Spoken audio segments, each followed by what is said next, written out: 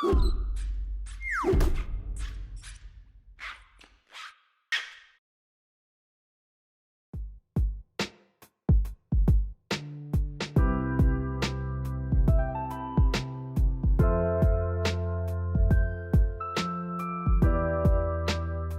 honestly do not care about the front of this phone, neither do you guys. You guys don't care what we have to say about a standard LCD LED smartphone that has applications and video capabilities and all that.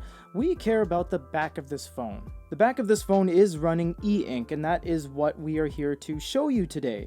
So this is the panel system they have. They do this on a lot of their devices, and we don't quite like it. I don't like this personally. Not a lot of people in the offices do either, because it's kind of catered towards your own liking, and you can go and delete panels like so. You can delete a panel, say yes, I want to delete it, and then you can go back here and choose a new panel, and you choose how you want it to be. So you can do clock, news, music, etc. So if I choose music, it's going to look like that. I can go ahead and choose my music, say add a widget, and there's my music panel. So I now have that as one of my panels in my panel system. There's also some stuff like recommended books that of course leeches off of the Chinese bookstore. But we like to go and choose this option right here, which is switch to Android. And what this is an actual screen mirror of the front of your phone. You can see here if you flip it over,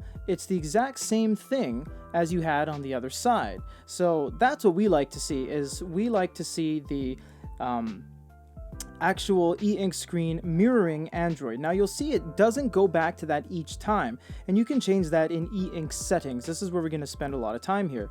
You do have lock screen, long press to unlock. You have eInk lock screen time, eInk display style. You can actually swap the entire thing between white style and black style, so it night modes the entire device, which is kind of cool, but the refreshes don't really like that. This is probably the most important go-to thing, smooth mode and clear mode. So why you want to go here is because this allows you to personally cater how fast you want your app to run. For example, if we go back to the device here and we go to the bottom right corner, we have smooth mode. We can click that, and what smooth mode does is it actually lowers the quality of the overall phone, but instead gives you a much better experience when it comes to turning pages and whatnot.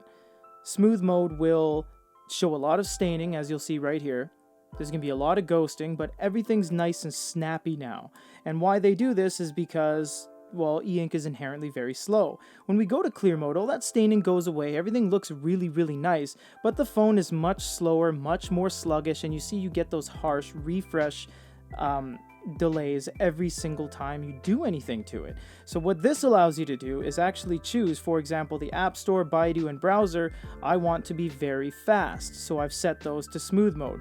Clear mode will be stuff like data, AMAP, camcard, etc. And you can switch these as you wish, just like that.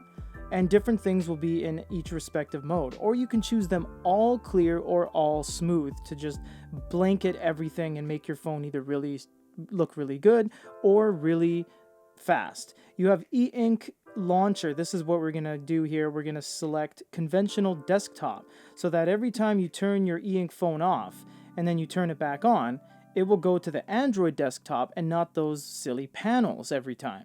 And again, this is a screen mirror of the front of the phone. You'll see you flip it over and it's the exact same thing, and you flip it over again and away you go. So you can just endlessly keep flipping it over. So if your battery's starting to die 18%, maybe you don't want to keep it on this full mode, because the thing about LCD LED, if you're just joining us, is this screen is refreshing anywhere from 24 to 60 times a second. You just don't notice it, but that's how it stays fluid like that. It's because it's constantly refreshing, it's constantly on. An eInk screen, however, doesn't do anything. You can see nothing's happening. There's no refreshing, there's no flickering, there's no nothing. It only actually consumes any battery when you do something to it. Phones in this regard are a little bit different, because right now we do have Wi-Fi, data communications, the glow light on. All those things are going to kill the battery. But in terms of the inherent screen itself, the screen itself doesn't really draw any battery. You can leave it on this screen for a month and nothing will happen. Obviously, the antennas and everything inside for the Wi-Fi are going to leech off of that, but that's the whole difference between the front and the back panel.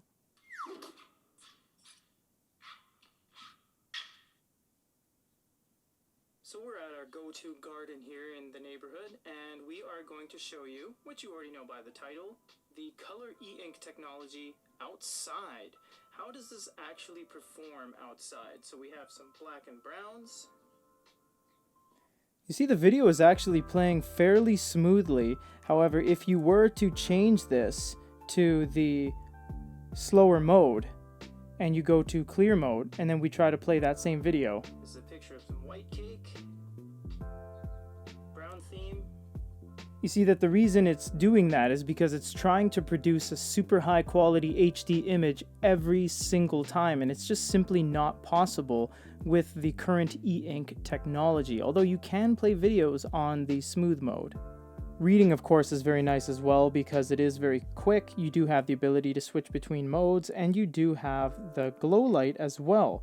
You will have to manage the glow light from the bottom of the device, not the screen mirrored top of the device. That actually only does the other side of the screen. It doesn't do the e-ink portion. That'll do this side, you can see here. That's how you change that. Whereas on the e-ink side, you will have to use the bottom scroller bar here, but that's totally fine. It doesn't really make that big of an issue. You see, inertia exists all the same. You do get all that staining in the background, but again, switch to clear mode, everything becomes super crisp, but then your device slows down.